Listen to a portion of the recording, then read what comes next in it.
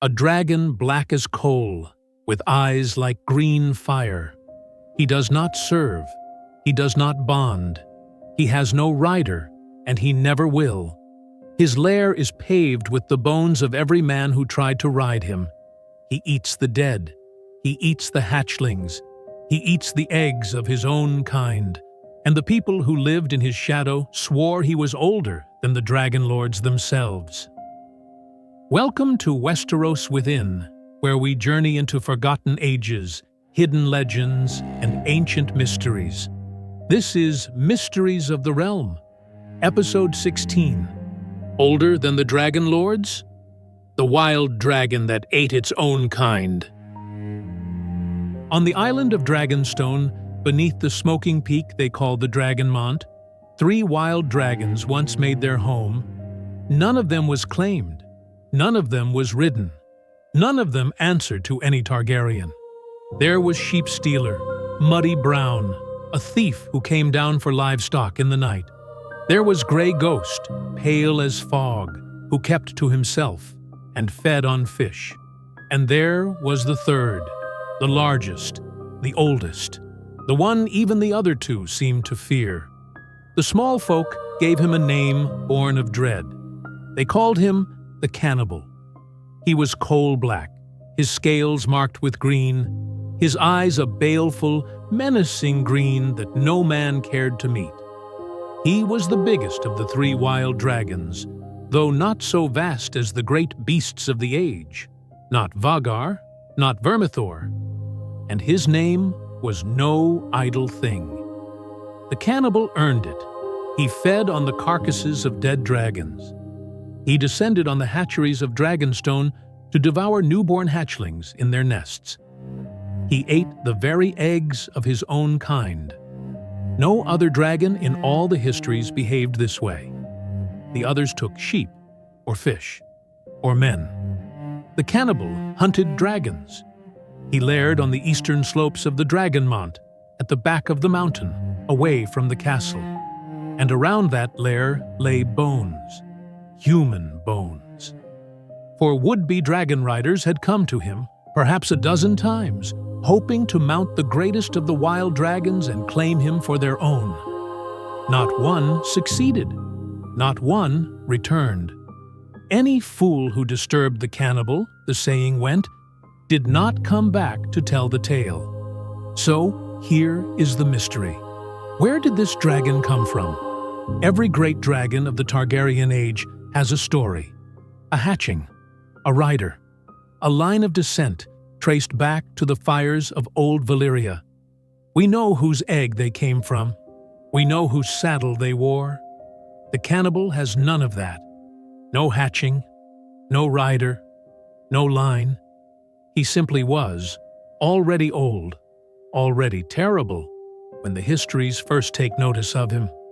And the people of Dragonstone, the ones who lived under his shadow, told a story that the maesters could not bring themselves to believe. They said the Cannibal was already on that island before the Targaryens ever set foot on it. Before they fled the Doom of Valyria. Before there was a Westeros that knew the sound of dragon wings at all. If that were true, it would make him the oldest dragon in the world. Older than Vhagar. Older, perhaps, than Balerion the Black Dread himself. So let us weigh it. Let us look at what the chronicles confirm, and what they only whisper. The first theory is the boldest, that the Cannibal was no Targaryen dragon at all, that he was already laired on the Dragonmont when Aegon's ancestors arrived from the east, a dragon of separate stock, older and stranger than the beasts the dragonlords brought out of Valyria. And the evidence for it is more than a campfire tale. Consider who tells it. The claim does not come from some distant scholar in the citadel, leafing through borrowed pages. It comes from the smallfolk of Dragonstone, the people who lived on that island for generations, who passed its lore down from parent to child. They knew the monster on their own doorstep, and local memory of a thing that hunts your hills tends to keep an old truth alive. Then consider his nature. Every dragon we know to be of Targaryen stock bonded, or could be bonded, to one of the blood. The cannibal never did. A dozen tried, a dozen died. Even years later, when desperate men with the dragon's blood in their veins came seeking mounts, not one of them was brave enough, or foolish enough, to climb the eastern slope toward him. A dragon that no Valyrian blood could ever reach is exactly what you would expect of a dragon whose blood was never theirs to begin with. And consider what he ate. A creature hostile to its own kind, that preys on hatchlings and eggs and the corpses of other dragons, does not behave like kin. It behaves like something apart, something that looks upon the Targaryen dragons not as brothers, but as prey. There is one more thing the boldest theory leans upon, and it is fair to name it. The maesters' own benchmark. They measured dragon lifespan against Balerion the Black Dread, who lived at least 200 years, 208 by some counts, before he died of old age in the reign of the old king. And if one dragon could reach 2 centuries, then the gap to the cannibal's supposed age is a matter of degree, not of impossibility. The precedent for a dragon living that long is already written in the canon. But here, the case turns. Because that very same benchmark is the strongest argument against the theory. If the cannibal truly predated the Targaryen settlement of the island, he would have been some 2.5 centuries old by the years after the Great War. Older than Balerion, older than any dragon the maesters can document. And the maesters, men like Grand Maester Munkun and Septon Eustace, reject the claim for exactly that reason. They have one hard measure of how long a dragon can live, and the smallfolk story asks them to break it on the strength of unlettered hearsay. And they have a point worth respecting. Everything we observe about the cannibal, his menace, his coloring, his cannibal hunger, can be explained by a dragon that is simply very old and wholly wild, without making him older than the oldest dragon ever recorded. The simpler answer fits the evidence. He need not be ancient beyond reason. He need only be old and free and cruel. So the second theory is the maesters' theory, that the cannibal was an ordinary wild dragon, immense and aged, yes, but not impossible. That the tale of his pre-Targaryen origin is a myth the small folk built around a beast that no one could approach. And there is real strength here. The only authority for his impossible age is oral, unsourced, the kind of folk testimony this world teaches us again and again to distrust. The mundane explanation accounts for everything. A large, old, unclaimed dragon-eating carrion is behavior, not magic. Frightened people watching a beast they could not name or tame would naturally reach for a legend. And here is the most damning piece, because the chronicles themselves show us the cannibal being blamed for a thing he did not do. In the final year of the Great War, the crew of a ship saw 2 dragons battling in the sky above the Dragonmont. When the fighting ended, a carcass was found at the foot of the mountain, burned, broken, half devoured. It was Grey Ghost, the pale fish-eater, and the Castellan of Dragonstone, Sir Robert Quince, named the killer at once. The cannibal, he said. Who else? A dragon that eats dragons. But it was not the cannibal. The true killer was Sunfire, golden and grievously wounded, who had flown back to the island in secret. The cannibal was innocent of that death. His reputation simply ran ahead of the truth, and a man with no proof handed him the crime on the strength of his name alone. Think on what that means.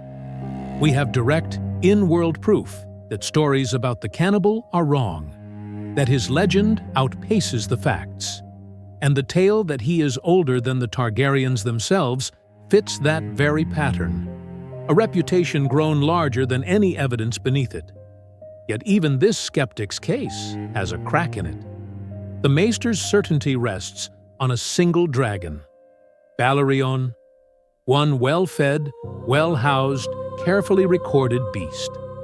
That tells us how long a pampered Targaryen dragon lived. It tells us nothing about the ceiling for a wild one, ranging free, answering to no one. And the cannibal's body was never found, his death never recorded. So the chronicles cannot even close the question from the far end. The maesters may simply be wrong, as the maesters in these tales so often are. Which brings us to the last mystery, and perhaps the strangest. Not where he came from, where he went. Because the cannibal did not die in the war. The histories are clear on this. Of all the dragons that filled the skies in those terrible years, only 4 are known to have survived, and he was one of them. After the fighting ended, the records tell us the cannibal still haunted the eastern slopes of the Dragonmont. Still there, still watching. And then, the chronicle says, he disappeared entirely. Not died, disappeared. And this is where it grows uncanny. Every other dragon of that age has an ending, a place of death, a recorded fall. Grey Ghost left a carcass at the foot of the mountain for all to see, but the cannibal left nothing. No body, no date, no cause. In a world where a dead dragon leaves remains the size of a hall, where the small folk of Dragonstone would surely have found and gossiped over such a corpse, there was simply nothing to find. Some take that silence as a sign. They say he flew off, that a wild dragon, owing nothing to the island and nothing to any rider, feeding himself for generations without the help of man, had no reason to stay once the dragons he preyed upon were gone. That he spread his black wings, left the Dragonmont behind, and went to live out his long years somewhere beyond the reach of any maester's quill. And the canon gives that idea teeth. We know dragons travel unseen and reappear where no one expects them. For Sunfire did exactly that, slipping back onto Dragonstone with no chronicler the wiser. If a dragon can return unobserved, a dragon can also vanish unobserved. We are even told plainly why we lose his trail. So little is known of the cannibal because the men who came near him rarely lived to speak of it. He was scarcely seen before the war, scarcely during, scarcely after. We would lose sight of him whether he lived or died. His silence in the records is no proof of his end. And yet, the same great age that makes him a marvel makes long survival the harder bet. A dragon already that old is nearer the end of his road than the start of some new and longer chapter. The simplest reading of a beast that vanishes and is never seen again is the saddest one. That an ancient creature crept off into the fire-riven wastes of the Dragonmont and died alone, in terrain so wild and broken that no body would ever be found, no death ever recorded. The very silence the dreamers take for survival may be nothing more than the quiet of an old thing dying where no one could see. So what do I believe? I believe the maesters are right about the arithmetic and wrong about the wonder. I do not think the cannibal was 250 years old. I think Balerion's life is the one true measure we have, and I am not ready to throw it away on the word of frightened villagers, however close they lived to his lair. The simplest tale is usually the true one, and the simplest tale is a wild dragon, monstrously old, but not impossibly so. And yet, I cannot quite let the wonder go. Because of all the dragons of that bloody age, his is the only file the world left open. No rider to name him, no egg to trace him, no body to bury him. He came from nowhere the records can name, and he went nowhere the records can follow. So when I picture the end of the cannibal, I do not picture a death at all. I picture a black shape lifting off the eastern slope of the Dragonmont one gray morning, green eyes catching the last of the firelight, climbing into a sky that no chronicler was watching. And I picture him still out there, somewhere far from any maester, any saddle, any name, old as sin, and free as the day he first opened those green eyes on a world that had no word for him yet. Probably he is bones in a hollow of the mountain. Almost certainly.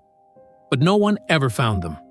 And until someone does, the oldest, loneliest, hungriest dragon that ever lived gets to stay exactly what he always was, a mystery. So tell me this, do you believe the cannibal was older than Balerion the Black Dread? Write it in the comments. I read every theory. And if you want to be here when we unravel the next mystery, subscribe to Westeros Within and join me for the next chapter.